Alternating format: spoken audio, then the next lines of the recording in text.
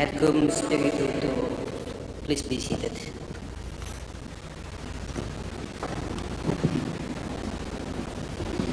We now welcome Bishop Antonius, the President of the Indonesian Bishop Conference, who will deliver the opening speech.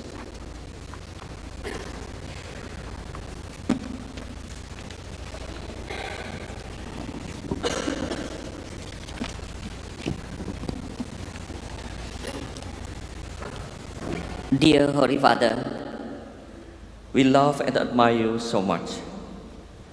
We would like to express our gratitude to God and to your holiness for showing us your paternal love and kindness by visiting us. The long journey must have been tiring, but we are joyful that you are here with us. You are always joyful, keep smiling to us, giving us blessing. Your presence brings hope not only for the Indonesian Catholic community, which consists of 37 dioceses and 1 military ordinariate, but also for the diverse Indonesian nation. And thank you, Holy Father. This year, you erect one of new Diocese of Labuan Bajo, which will be erected in next November.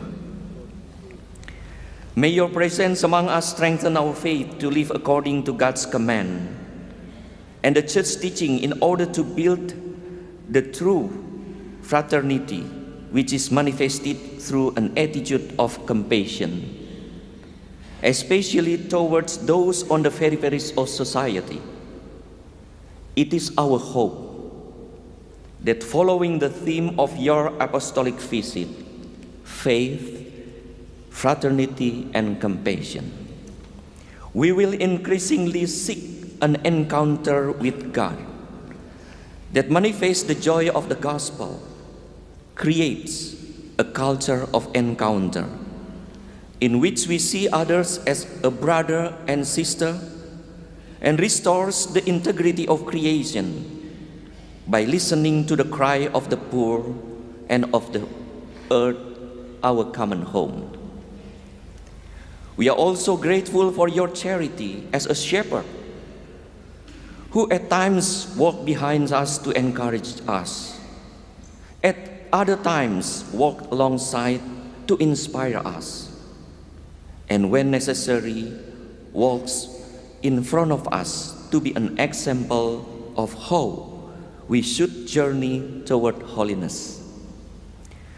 Together with my brother bishop, who are celebrating 100 years of the Indonesian Catholic Bishop Conference, and 10 Asian and Australian bishops here, as well as the clergy, consecrated men and women, catechists, and other lay faithful, we asked for your prayers and blessing so that we can walk together to build up the synodal church in Indonesia and the nation with faith, fraternity, and compassion.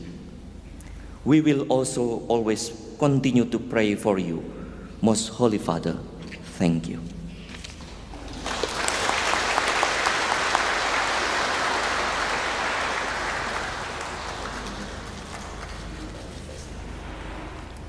Holy Father, the journey of the Catholic faith in Indonesia is the story of synodality, strengthened by the Holy Spirit to walk among together the people of God with our neighbor.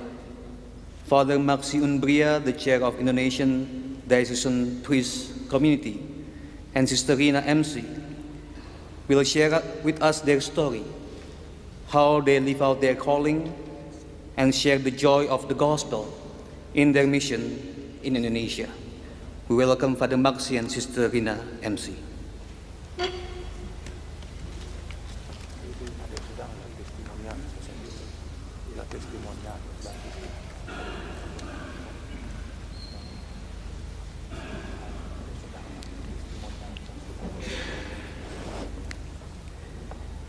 His Holiness Pope Francis, we, Unio Indonesia, Indonesian Federation of Diocesan Priests. Today we are more than 2,600 priests who'd like to welcome His Holiness Pope Francis to Indonesia. We thank God that the visit of the Pope to Indonesia is a clear sign of the presence of divine joy to the Indonesian people and a blessing for us diocesan priests together with the priests of congregation and consecrated life who are walking hand in hand together serving the people of the particular church in Indonesia. Indonesia, as a pluralistic country in which diaspora churches live, has received attention and protection from both the Pope and the government. Unio Indonesia is ready to work together with Pope Francis, Nuncio, the Cardinal, the Bishop, the priest, brother and sister of all congregation and the people of God in bringing joy and peace to the people of Indonesia and the world with the one spirit, unity in diversity, to glorify God and serve the people. Thank you, His Holiness Pope Francis.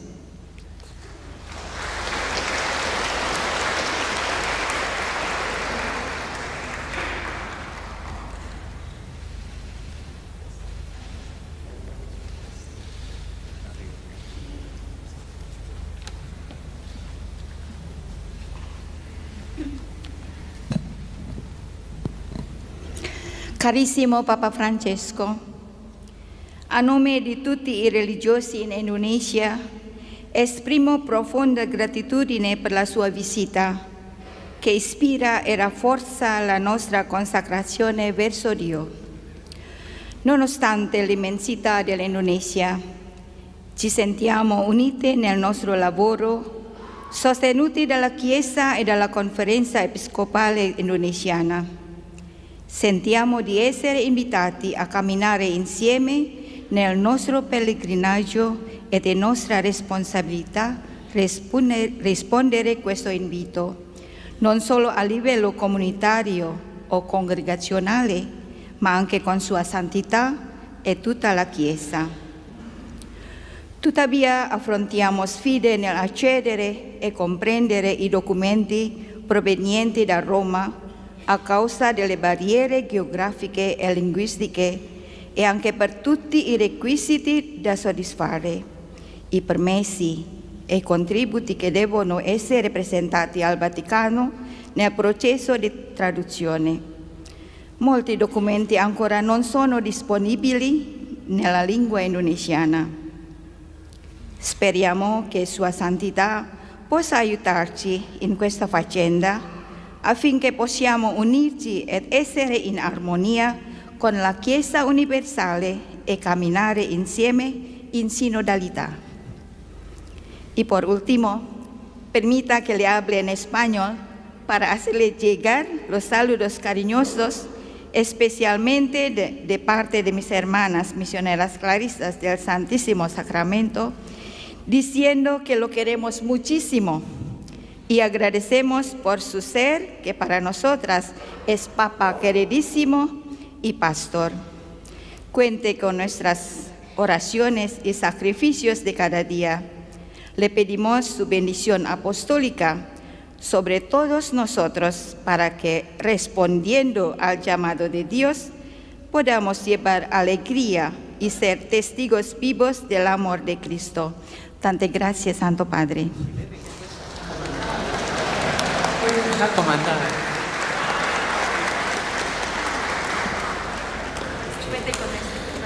Una bendición. ¿Y dónde aprendiste castellano y español?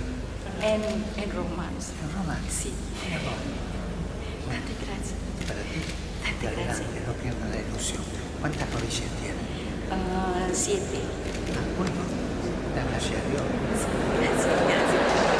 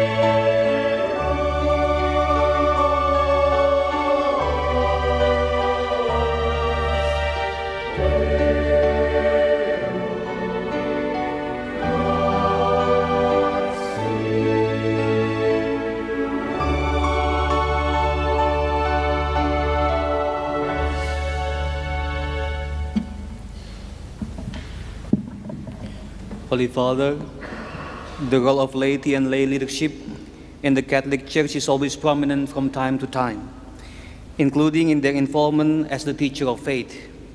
The following two testimonies will be delivered by two catechists, Mr. Nicholas Wijaya and Mrs. Agnes Natalia, who have devoted themselves to teaching religious education in their dioceses and schools.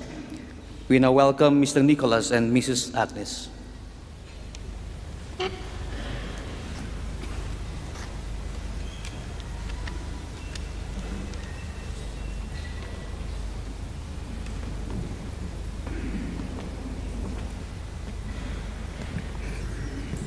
Holy Father, thank you for coming to Indonesia. Thank you for your coming in Indonesia, and it's really encouraging us, catechists who work in this land of diversity. Thanks be to God, because the Holy Father always uses the term bridge as an analogy for the Church's presence in society. Specifically in the encyclical Fratelli Tutti, the Holy Father says, like Our Lady, we must be a church that serves, goes out from the sacristy, and builds bridges of dialogue. As catechists, we constantly remind our students of the message of the encyclical. Pray for us, Holy Father, that as catechists we can be the bridge that unites many people to build other bridges, so that through the various bridges of dialogue, we can always present the face of Christ with compassion.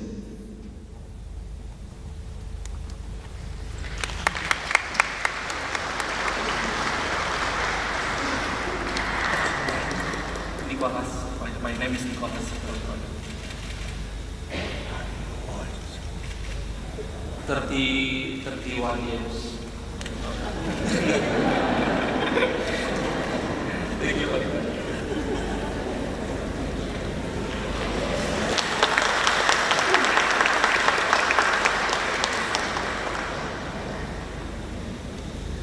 Your Holiness, allow me to share my feelings. Pope Francis is a man of great concern for the preservation of nature and for the small, the poor, the weak, the marginalized, and the disabled. His concern for nature and the poor can be seen in the statement he made during the weekly audience in St. Peter's Square on Wednesday, June 5, 2013, to mark the UN World Environment Day. He said, wasting food is like stealing food from the table of the poor and hungry.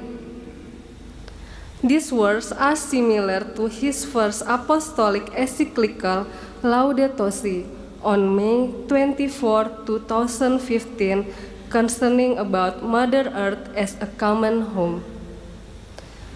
He also showed great concern for the disabled by saying that everyone is beautiful in the eyes of God. He made the statement when he was welcoming children with autism spectrum disorders from the Sonnenschein Ambulatorium in St. Pölten, Austria, who came to the Vatican on Monday, September 21st, 2020. He truly represented Saint Francis of Assisi, whom he took as his papal patron name in action. Thank you, Father. Thank you. Compliments. Dire che io assomiglio a San Francisco di Assisi. È coraggiosa questa. Ma forse assomiglio al lupo meglio, no? Grazie. E con te davanti io vorrei dirvi una cosa, mettiti da qui. La Chiesa, dobbiamo pensare questo, la Chiesa la portano avanti i catechisti. I catechisti sono coloro che vanno avanti, E poi vengono le suorine, subito, dopo i catechista. Poi vengono i preti o il vescovo, ma i catechisti sono al fronte, sono la forza della Chiesa. Una volta, in uno di quei viaggi in Africa, un presidente della Repubblica mi ha detto che vuole scappare. Mi ha detto che era stato battezzato del suo papà catechista. La fede si trasmette a casa, la fede si trasmette in dialetto e le catechiste, insieme alle mamme e le nonne, portano avanti questa fede. Ringrazio tanto tutti i catechisti, sono bravi, sono molto bravi. Grazie.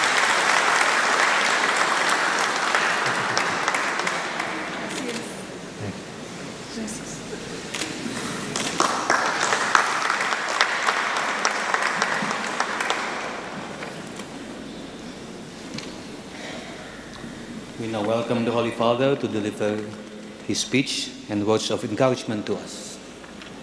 Il suo discorso.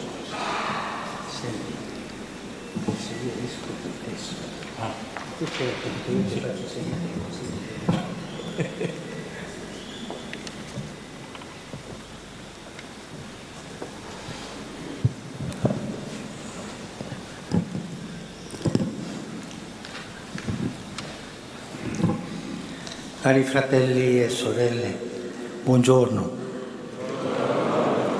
Ci sono cardinali, ci sono vescovi, ci sono preti, ci sono suori, ci sono le laiche, i laici, ci sono i bambini, ma tutti siamo fratelli. Non è più importante il Papa, il cardinale, il vescovo, tutti fratelli. E ognuno ha il suo compito per far crescere il popolo di Dio. Capito?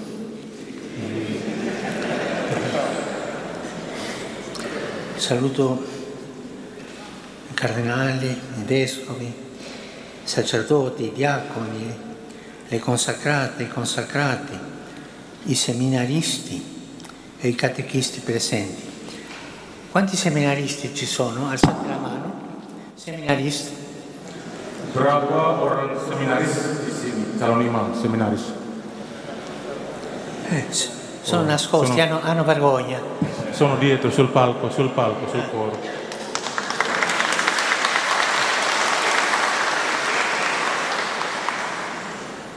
Ringrazio il Presidente della Conferenza per le sue parole e anche i fratelli e le sorelle che hanno condiviso con noi le loro testimonianze. Come è stato ricordato, il motto scelto per questa visita apostolica è fede, fraternità, compassione. Penso che siano tre virtù che esprimono bene sia il vostro cammino di Chiesa, sia la vostra indole di popolo, etnicamente e culturalmente molto varia, ma al tempo stesso caratterizzata da una connaturale tensione all'unità e alla convivenza pacifica, come testimoniano i principi tradizionali della Pancasila. Vorrei riflettere insieme con voi su queste tre parole. Saudara-saudari sekalian, selamat sore. Di sini saya melihat ada kardinal, uskup-uskup, pastor-pastor, romo-romo, suster-suster, awam, yang besar dan yang kecil. Semuanya hadir di sini. Tidak merupakan sebuah perbedaan di antara kita. Semua kita adalah saudara dan saya diberikan tanggung jawab untuk menumbuh dan mengembangkan Gereja Katolik. Saya ingin menyapa semua yang hadir di sini. Saya juga ingin berterima kasih kepada Ketua Konferensi Wali Gereja Indonesia untuk sambutannya. Demikian juga kepada saudara dan saudari kita yang telah membagikan kesaksiannya dengan kita. Seperti yang Anda sekalian ketahui, moto yang dipilih untuk kunjungan apostolik ini adalah iman, persaudaraan, dan bela rasa. Saya pikir ketiga keutamaan ini mengungkapkan dengan baik perjalanan Anda sebagai sebuah gereja dan karakter Anda sebagai sebuah bangsa yang secara etnik dan budaya berbeda. Pada saat yang sama, Anda sekalian dicirikan oleh sebuah pergumulan yang dalam untuk mewujudkan persatuan dan kehidupan bersama yang bersatu dan damai, seperti yang dicerminkan oleh prinsip-prinsip tradisional Pancasila. Sekarang saya ingin bersama Anda merefleksikan tentang tiga kata tersebut. La prima parola è fede. L'Indonesia è un grande paese con enormi ricchezze naturali a livello di flora, di fauna, di risorse energetiche e di materie prime e così via. Una ricchezza così grande potrebbe facilmente trasformarsi, letta con superficialità, in motivo di orgoglio e di presunzione, ma se considerata con mente e cuore aperti può essere invece richiamo a Dio, alla sua presenza nel cosmo e nella sua vita, nella nostra vita, come ci insegna la Sacra Scrittura. Avevo dimenticato questo.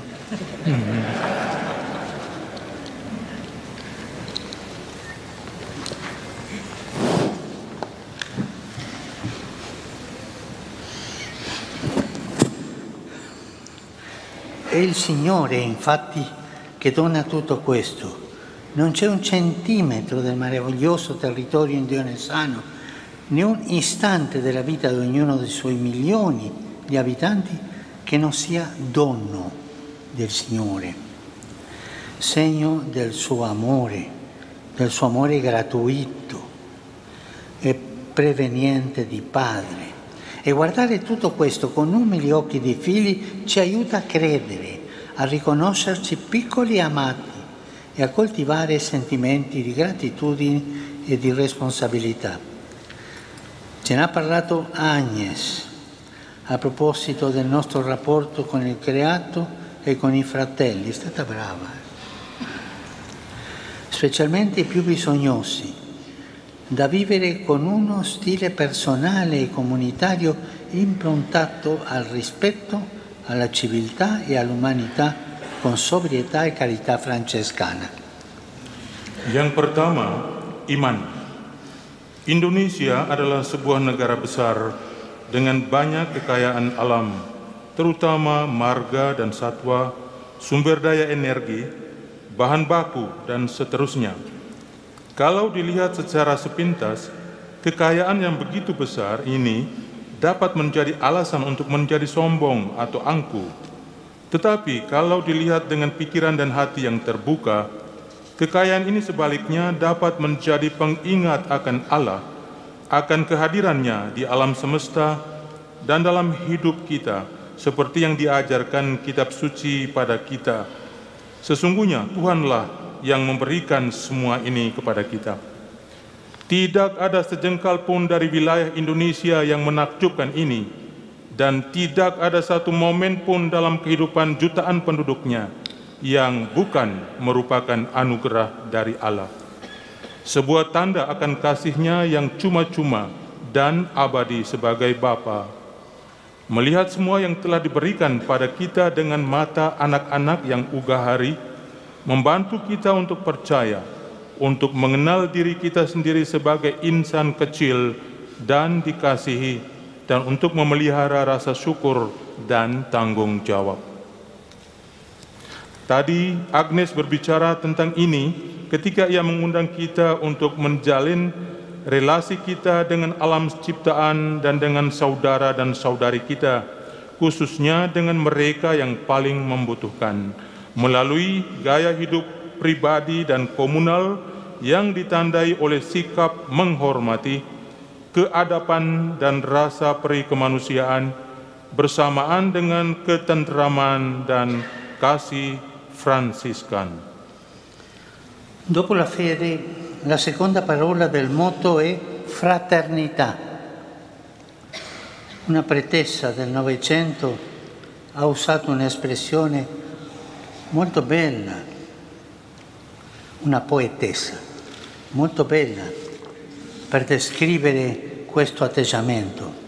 Ha scritto che essere fratelli vuol dire amarsi riconoscendosi diversi come due gocce d'acqua. È bello, eh? Ed è proprio così.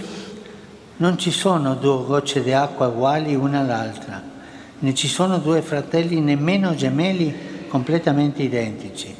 Vivere la fraternità allora vuol dire accogliersi a vicenda riconoscendosi uguali nella diversità. Dai, continua. Traduce adesso. Setelah iman, kata kedua dari moto kunjungan ini adalah persaudaraan. Seorang penyair abad 20 menggunakan sebuah ungkapan yang sangat indah untuk menggambarkan sikap ini. Seorang penyair, dia menulis bahwa menjadi saudara dan saudari artinya mencintai satu sama lain dengan mengakui bahwa masing-masing pribadi sama berbedanya seperti dua tetes air. Nulla due volte accade, itu dalam buku tersebut. Anche questo è un valore caro alla tradizione della Chiesa indonesiana, che si manifesta nell'apertura con cui essa si relaziona alle varie realtà che la compongono e la circondano, a livello culturale, etnico, sociale e religioso, valorizzando l'apporto di tutti e donando generosamente il suo in ogni contesto. Questo, fratelli e sorelle, è importante, perché annunciare il Vangelo non vuol dire imporre o contrapporre la propria fede a quella degli altri, non vuol dire fare proselitismo, no, vuol dire donare e condividere la gioia dell'incontro con Cristo e sempre con grande rispetto e affetto fraterno per chiunque. E in questo vi invito a mantenervi sempre così, aperti e amici di tutti. E quell'espressione mi piace tanto, no? Mano nella mano, mano nella mano. E andare così, come ha detto Don Maxi, profeti di comunione in un mondo dove sembra invece sia crescendo sempre più la tendenza a dividersi, imporsi e provocarsi a vicenda. Stai attento. E su questo voglio dirvi una cosa. Voi sapete chi è la persona più importante del mondo che fa le più grandi divisioni? Voi lo sapete chi è? Il grande divisore sempre, che divide. Gesù accomuna e questo divide. È il diavolo. State attenti. Traduci. Ungkapan yang di atas tadi, ungkapan tentang dua tetes air tadi, melukiskan persaudaraan secara sempurna. Tidak ada dua tetes air yang sama. Tidak juga dua saudara atau saudari, bahkan saudara kembar pun sama sekali tidak identik. Menghidupi persaudaraan karenanya berarti menyambut satu sama lain, mengakui satu sama lain sebagai sederajat di dalam perbedaan. Nilai ini pun akrab dengan gereja Indonesia dan diperlihatkan melalui keterbukaan yang dengannya kalian semua menunjukkan beragam kenyataan dari dalam dan luar yang dijumpai pada tingkatan budaya, etnik, sosial, dan agama. Secara khusus, gereja setempat menghargai sumbangsi dari semua orang dan dengan murah hati menawarkan bantuan dalam setiap situasi. Ini penting, karena mewartakan Injil bukan berarti memaksakan iman kita untuk mempertentangkannya atau mempertentangkannya dengan orang lain, iman orang lain. Dilarang untuk melakukan proselitisme. selalu dengan sikap penghargaan yang besar dan kasih sayang persaudaraan untuk semua orang. Ya, saya terkesan dengan satu sikap, yaitu saling bergandengan tangan, seperti yang tadi diungkapkan oleh Romo Maksi. Nabi-nabi persatuan di dalam dunia ketika tendensi untuk memecah belah, memaksa dan memprovokasi satu sama lain kelihatannya terus-menerus meningkat. Dan satu hal yang beliau tambahkan secara spontan, kamu tahu apa yang mempunyai kepentingan atau apa yang memecah belahkan, apa yang meruntuhkan. Semua itu tentu saja adalah kerja setan. Jadi berhati-hati. Cosa ti ha fatto ridere? È importante cercare di arrivare a tutti, come ci ha ricordato Sorrina, con l'auspicio di poter tradurre in Bahasa Indonesia, oltre ai testi della parola di Dio, anche gli insegnamenti della Chiesa, per renderli accessibili a più persone possibile. E lo ha evidenziato anche Nicolas, descrivendo la missione del catechista con l'immagine di un ponte che unisce. Bravo. Questo mi ha colpito e mi ha fatto pensare allo spettacolo meraviglioso nel grande arcipelago indonesiano di migliaia di ponti del cuore, che uniscono tutte le isole e ancora di più a milioni di tali ponti che uniscono tutte le persone che vi abitano. Ecco un'altra bella immagine della fraternità, un ricamo immenso di fili di amore che attraversano il mare e superano le barriere e abbracciano ogni diversità, facendo di tutte un cuore e un'anima sola. Il linguaggio del cuore, non dimenticatevi. Kita tadi sudah diingatkan oleh Suster Rina, penting untuk mencoba menjangkau setiap orang. Mengenai hal ini diharapkan bahwa tidak hanya teks-teks sabda Allah, tapi juga ajaran-ajaran gereja diterjemahkan ke dalam bahasa Indonesia agar dapat dijangkau oleh sebanyak mungkin orang. Nicholas juga menunjukkan perlunya menjangkau setiap orang, seraya melukiskan misi seorang katekis dengan perumpamaan jembatan yang menyatukan. Hal ini menyentuh saya dan membuat saya berpikir tentang visi indah di dalam negara kepulauan Indonesia yang luas, yang terdiri dari ribuan jembatan hati yang menyatukan semua pulau, dan bahkan jutaan lagi jembatan yang menyatukan semua orang yang hidup di sana. Perumpamaan indah lainnya tentang persaudaraan adalah sebuah permadani besar dari benang cinta yang melintasi lautan, mengatasi rintangan-rintangan, dan merangkul semua perbedaan, membuat semua orang menjadi sehati dan sejiwa. Beliau tekankan jembatan kasih.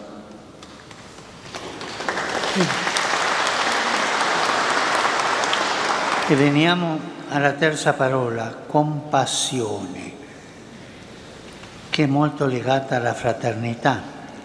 Compassione vuol dire patire con l'altro, condividere i sentimenti. È bella parola. Come sappiamo, infatti, la compassione non consiste nel dispensare elemosine ai fratelli e sorelle bisognosi, guardandoli dall'alto in basso, guardandole dalle proprie sicurezze e dei propri privilegi, ma al contrario, compassione significa farci vicini gli uni agli altri, spogliandoci di tutto ciò che può impedirci di chinarci per entrare davvero in contatto con chi sta a terra e così sollevarlo da ridarle speranza. Sekarang kita sampai pada kata ketiga, bela rasa, yang sangat terkait erat dengan persaudaraan.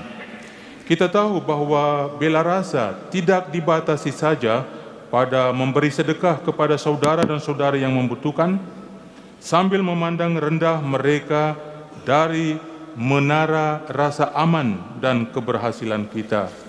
Sebaliknya, bela rasa berarti mendekatkan kita satu dengan yang lain, menghapuskan segala sesuatu yang menghalangi kita untuk turun menyentuh mereka yang ada di bawah, mengangkat mereka dan memberikan mereka harapan. Bandingkan Fratelli Tutti 70. Terlebih, bela rasa berarti merangkul mimpi dan hasrat mereka akan kebebasan dan keadilan, memelihara mereka, mendukung mereka sambil melibatkan orang lain, memperluas jaring dan batas-batasan untuk menciptakan kekuatan kasih yang luas dan besar. E questo è importante, toccare la povertà.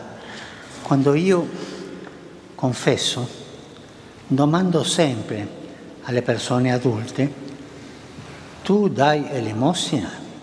Mi dicono di sì, generalmente, perché è gente buona. Ma la seconda domanda: tu quando dai l'elemosina, tu tocchi la mano del mendicante? Tu li guardi agli occhi? O tu le butta la moneta da lontano per non toccarlo? Questa è una cosa che dobbiamo imparare tutti.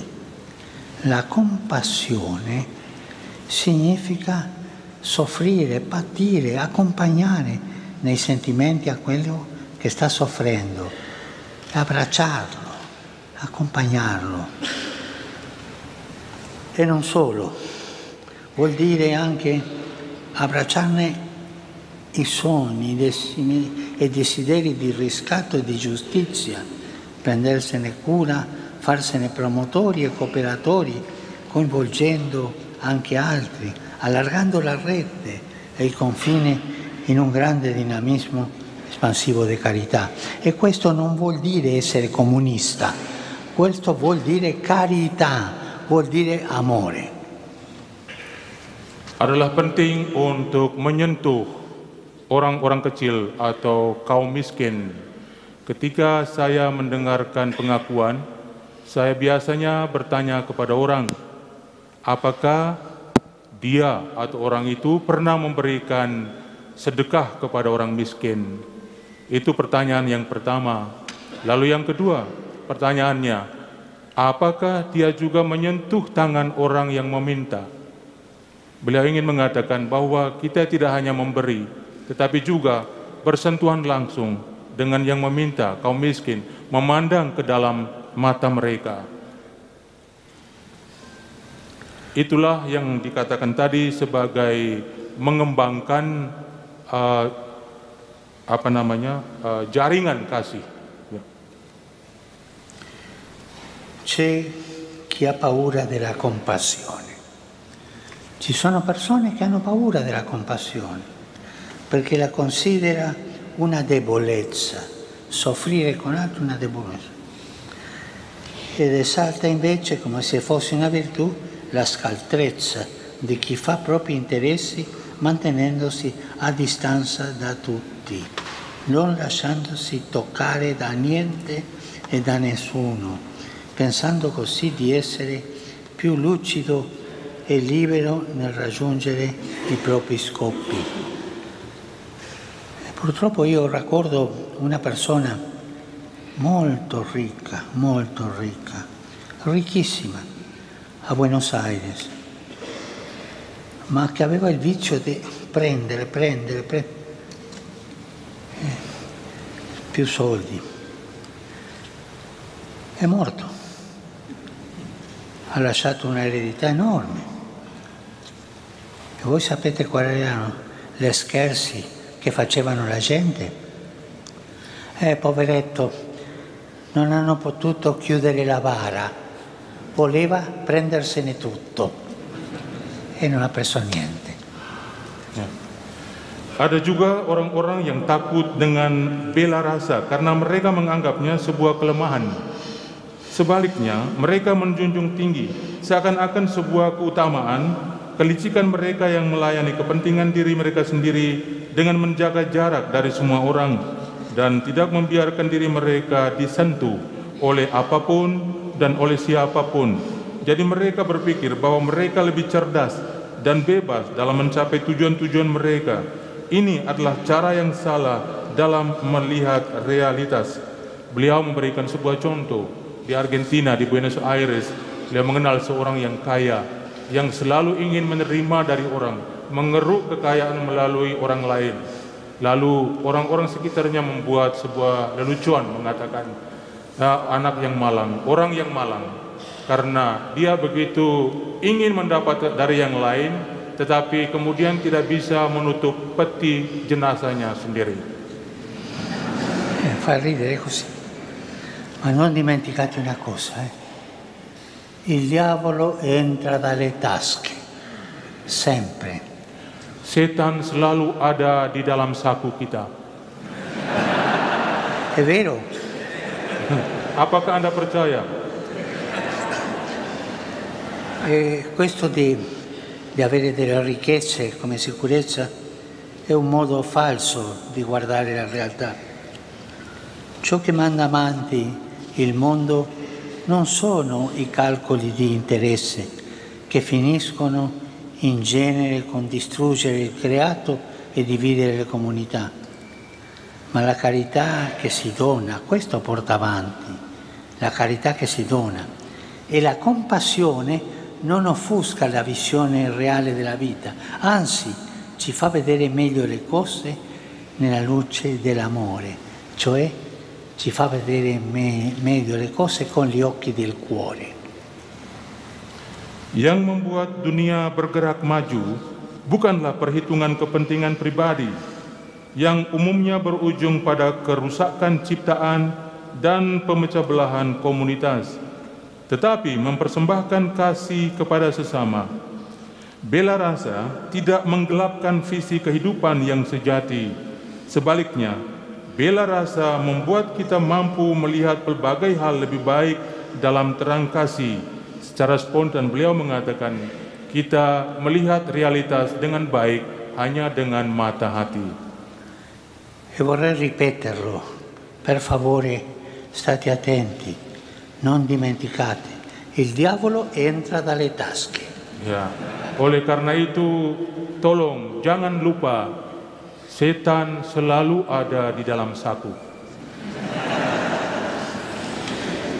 In proposito, il portale di questa cattedrale nella sua architettura mi sembra riassuma molto bene quanto abbiamo detto in chiave mariana. Esso infatti è sorretto al centro dell'arco e a sesto acuto da una colonna sulla quale è posta una statua della Vergine Maria.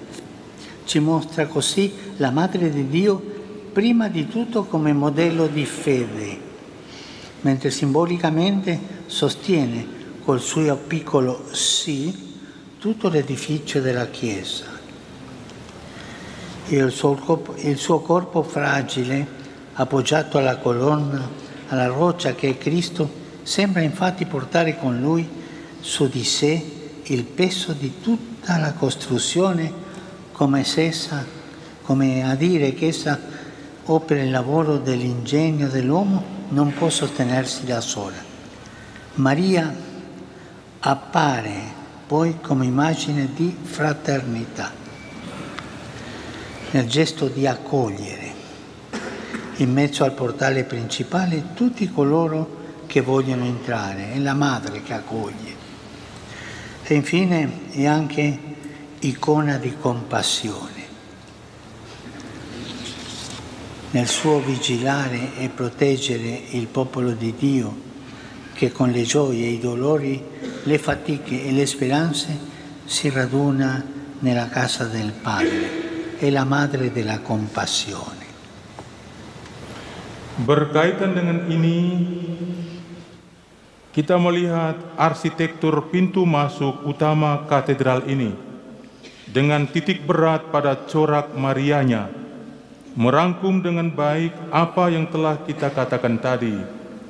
Di pusat lengkungan yang menunjuk ke atas, terdapat pilar yang di atasnya ada patung perawan Maria.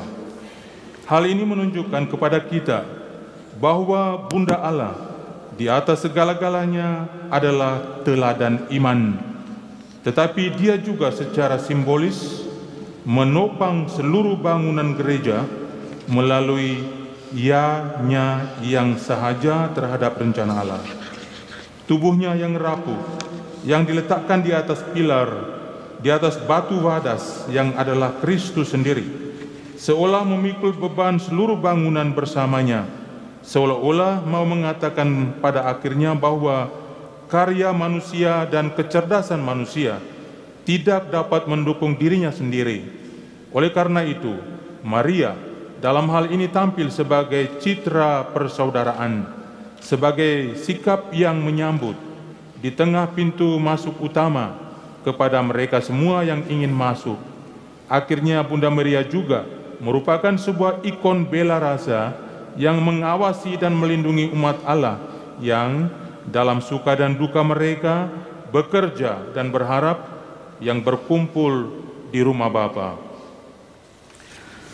Cari fratelli e sorelle, mi piace concludere questa conversazione riprendendo ciò che San Giovanni Paolo II in visita qui alcuni decenni or sono ha detto proprio rivolgendosi ai vescovi, ai sacerdoti e ai religiosi e religiose. Citava il versetto del Salmo: Letentur insule multe, gioiscono le isole tutte, e invitava i suoi ascoltatori a realizzarlo, rendendo testimonianza alla gioia della resurrezione e dando la vita così che anche le isole più lontane possano gioire udendo il Vangelo di cui voi siete veri predicatori e insegnanti e testimoni. Anch'io vi rinnovo questa esortazione e vi incoraggio a continuare la vostra missione forti nella fede, aperti a tutti nella fraternità e vicini a ciascuno nella compassione. Forti, aperti e vicini, con la fortezza della fede, l'apertura per accogliere tutti. A me, stai attento, a me colpisce tanto quella storia del Vangelo, quando gli invitati a nozze non hanno voluto venire e non sono venuti. E cosa fa il Signore? Si amareggia? No, ha capito qualcosa quell'uomo e manda i suoi: andate all'incrocio delle strade e portate tutti dentro con questa cosa tanto bella che andare avanti con la fratellanza, con la compassione, con l'unità, tutti. E penso io a tante isole, no? Tante isole che il Signore dice alla gente buona, a voi, tutti, ma quello è tutti.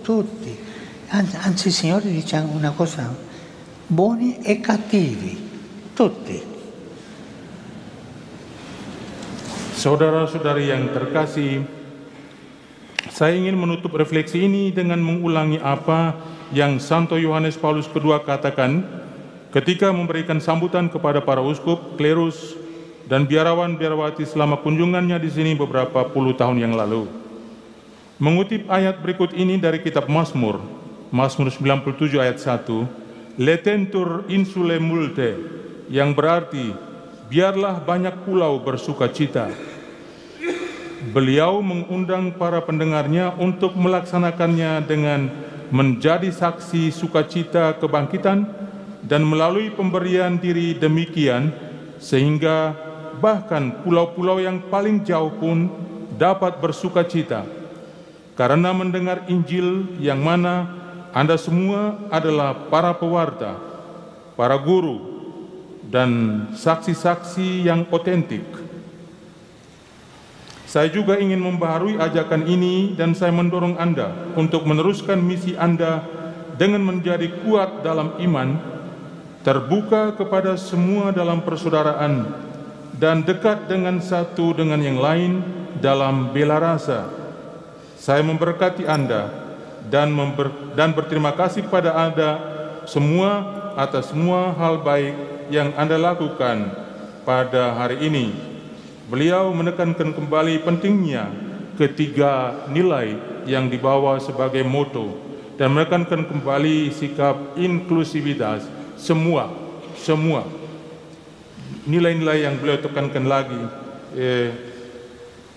persaudaraan, bela rasa, ya semua, karena di sini banyak pulau.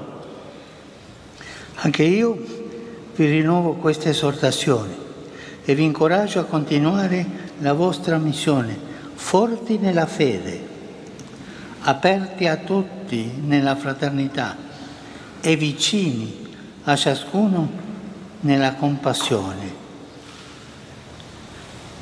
Fede, fraternità e compassione.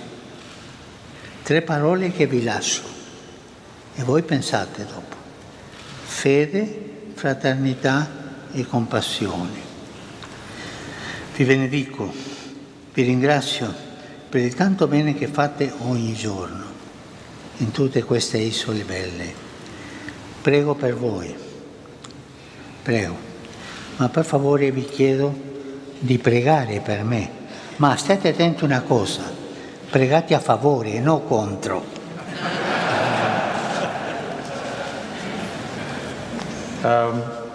Jadi sebenarnya sudah diterjemahkan tadi, beliau membaharui ajakannya dengan menekankan 3 hal sebagai moto kunjungan beliau pada hari ini. Secara khusus beliau tekankan kuat dalam iman, terbuka kepada semua dalam persaudaraan, dan dekat dengan satu sama lain dalam sikap atau bela rasa. Jadi beliau tekankan lagi, iman, persaudaraan, dan bela rasa. Ketiga hal ini ingin saya tinggalkan untuk Anda kalian semua. Terima kasih untuk segala sesuatu, semua kerja yang Anda lakukan, dan jangan lupa berdoa untuk saya. Tetapi berdoa dengan senang hati. Ya.